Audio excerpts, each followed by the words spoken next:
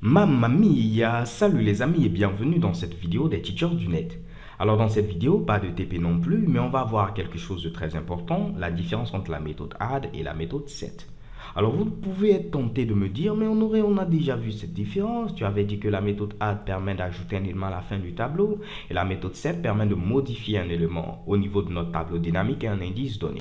Alors les gars, félicitations, vous avez bel et bien raison, mais pourquoi pas on va faire quelque chose de fun dans cette vidéo. On va vérifier si vous avez bel et bien compris cette différence-là. Donc au cours de la vidéo, je vais t'emmener à poser une question. Si vous trouvez la réponse à cette question, je vais laisser mon mail, vous pourrez m'envoyer un courriel et je serai obligé de faire la vidéo que vous aurez choisie. Ok, pas de souci, je vais tout simplement respecter ma promesse. Mais dans le cas où vous ne trouvez pas la réponse à cette question, vous serez également contraint, donc là je vais compter tout simplement sur votre bonne foi, de mettre un petit commentaire en bas de cette vidéo disant « Je n'ai pas trouvé la réponse à cette question, tu avais raison. » Ok? Alors les gars, je m'amusais, tout simplement, I'm just kidding. Dans cette vidéo, on va voir, comme je le disais, la différence entre la méthode add et la méthode set. Donc là, qu'est-ce que j'ai fait? J'ai un tableau dynamique ici de chaîne de caractères. J'ai ajouté la chaîne de caractères Momo. Donc, elle va être ici à l'indice 0 puisqu'il s'agit ici du premier élément que j'ai ajouté au niveau de mon tableau.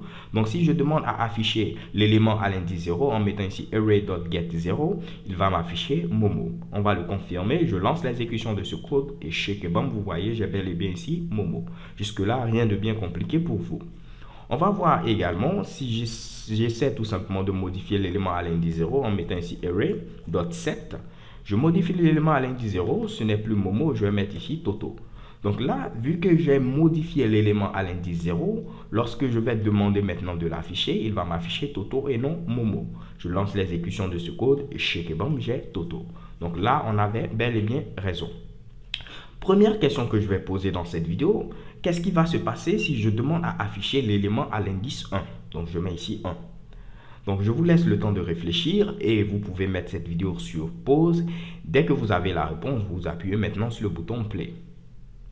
Alors les gars, j'espère que vous avez réfléchi. Donc normalement ici on doit avoir une erreur. Pourquoi? Parce que je n'ai pas d'élément à l'indice 1. Je n'ai qu'un élément au niveau de mon tableau, c'est Toto qui est l'élément à l'indice 0. Puisque j'ai écrasé ce précédent élément qui était à l'indice 0. Ok? Donc je lance l'exécution de ce code et chez Kebam, on a bel et bien ici une erreur à ce niveau-là. Alors les gars, je ne sais pas si vous êtes amusés un peu à voir les autres méthodes qui étaient présentes au niveau des tableaux dynamiques, car c'est en modifiant les programmes par vous-même que vous serez en mesure de pouvoir progresser assez rapidement. Donc si vous avez essayé, c'est sûr que vous avez vu que la méthode add peut également ici prendre deux paramètres. Je peux dire par exemple à l'indice 0, je vais ajouter un autre élément, c'est l'élément mama. Donc je mets également mon point virgule. Donc on va rester ici dans l'exemple précédent, je vais mettre ici Toto. Donc là j'avais mis ici array.set 0 Toto pour dire que je veux modifier l'élément à l'indice 0 et mettre maintenant Toto. Cette fois-ci je vais mettre array.add 0 et je vais mettre Toto. C'est-à-dire à l'indice 0, je vais ajouter l'élément Toto. Donc là, qu'est-ce qui va se passer selon vous si je mets ici array.get0 pour dire que je veux l'élément à l'indice 0. Donc alors les gars, selon vous, qu'est-ce qui va se passer si je veux l'élément à l'indice 0? Donc vous pouvez également mettre cette vidéo sur pause, réfléchir et me donner la réponse. Alors là, normalement, on doit avoir affiché ici Toto. Pourquoi Toto? Parce que j'ai demandé à ajouter à l'indice 0 l'élément Toto. Je lance l'exécution de ce code et qu'est-ce que vous voyez? Chez Kebam, j'ai bel et bien ici Toto. La dernière question qui sera décisive, qui va vous permettre soit d'envoyer l'email ou de poster le commentaire.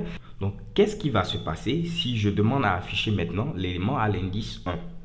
Donc, mettez également cette vidéo sur pause, ça devient agaçant de vous le redire, désolé. Et dès que vous avez la réponse, vous pouvez cliquer sur le bouton play.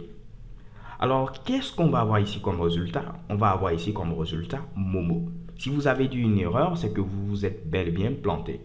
Donc, apprêtez-vous à poster le commentaire. Donc, je lance l'exécution de ce code et chez Kebam, on a ici Momo. Pourquoi? Parce que tout simplement, on avait dit que la méthode add permet d'ajouter un élément à la fin de notre tableau et la méthode set permet de modifier un élément à un indice donné au niveau de notre tableau dynamique. Alors ici, qu'est-ce qui va se passer? Pour bien comprendre ce Mitsubishi, je vais m'empresser d'ouvrir le logiciel Paint pour que vous puissiez bien comprendre. Donc on va essayer de revoir pas à pas l'exécution ici de ce premier code là. Donc je dis au niveau de mon tableau dynamique, je vais ajouter l'élément Momo. Vu que pour l'instant je n'ai aucun élément au niveau de mon tableau, il va mettre à l'indice 0 qui est présent à ce niveau Momo. Donc j'aurai ici Momo comme ceci. Alors désolé les gars pour l'écriture, je sais que j'écris très mal. Ensuite, je dis que je veux modifier l'élément qui est à l'indice 0. Je ne veux plus que ce soit Momo, je veux maintenant que ce soit Toto. Donc, j'essaie de représenter ceci tout simplement pour la compréhension. Bien vrai qu'en réalité, ce sont des références qui sont présentes au niveau de notre fameux tableau, comme je l'avais expliqué au niveau des tableaux statiques. Ok? Donc, la valeur n'est pas présente à ce niveau. Vous avez par exemple ici la chaîne de caractères Momo. Ok? Et on aura à ce niveau une petite référence qui va pointer sur notre fameuse chaîne de caractères Momo. Ok? Donc ensuite, lorsque je dis que je veux modifier l'élément à l'indice 0, je ne veux plus que ce soit Momo, mais maintenant Toto, il va créer une autre chaîne de caractères qui aura cette fois-ci ici Toto, comme ceci. Et ma référence maintenant ne va plus pointer sur Momo, mais elle va pointer maintenant ici sur le fameux Toto.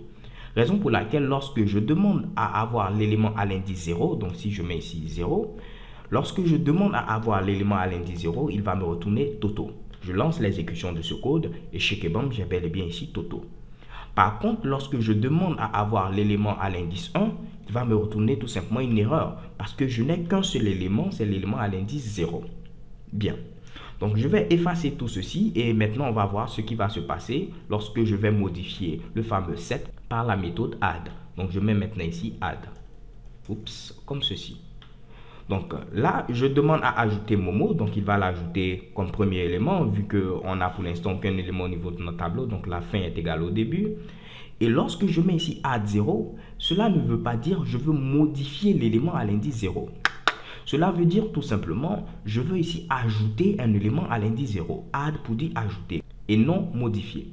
Donc là, je vais également enlever le fameux Momo. Comme je vous l'ai dit, c'est une référence qui va pointer premièrement sur la chaîne de caractères Momo qui est présente à ce niveau. Donc on aura ici, oups, Momo. Et lorsque je dis que je veux ajouter à l'indice 0 mon fameux Toto, il va créer la chaîne de caractères Toto qui est présente à ce niveau. Et il va prendre cette référence, elle ne va plus pointer ici sur Momo, mais elle va pointer ici cette fois-ci sur Toto. Mais là, vu que je n'ai pas dit que je veux modifier, j'ai dit que je veux ajouter, il va se dire, mais le Momo là, il doit toujours exister. Puisqu'on ne l'a pas écrasé, on a tout simplement ajouté un autre élément, mais on a voulu que précisément cet élément soit à l'indice 0. Donc là, ce qu'il va faire, il va créer également au niveau de notre tableau dynamique un autre indice 1. Et il va prendre maintenant cette référence là qui va pointer sur Momo. Raison pour laquelle, lorsque je demande l'élément à l'indice 1, l'élément à l'indice 1 existe et c'est maintenant Momo. Raison pour laquelle également on parle de tableau dynamique. Il a dynamiquement adapté les indices afin que mon élément Momo puisse toujours exister vu que je ne l'ai pas modifié. J'ai tout simplement ajouté un autre élément à l'indice 0. Donc là, lorsque je demande maintenant l'élément à l'indice 1, je lance l'exécution, bam, j'ai bel et bien ici Momo. Alors j'espère les gars que vous avez bien compris ici la différence entre la méthode add et la méthode set. S'il y a des confusions, je vous invite à regarder et re-regarder cette vidéo ou dans le cas contraire, à poster tout simplement un commentaire. Je serai ravi de vous répondre. Alors les gars, merci. Continuez de vous abonner et rendez-vous est donné pour une prochaine vidéo. XOXO.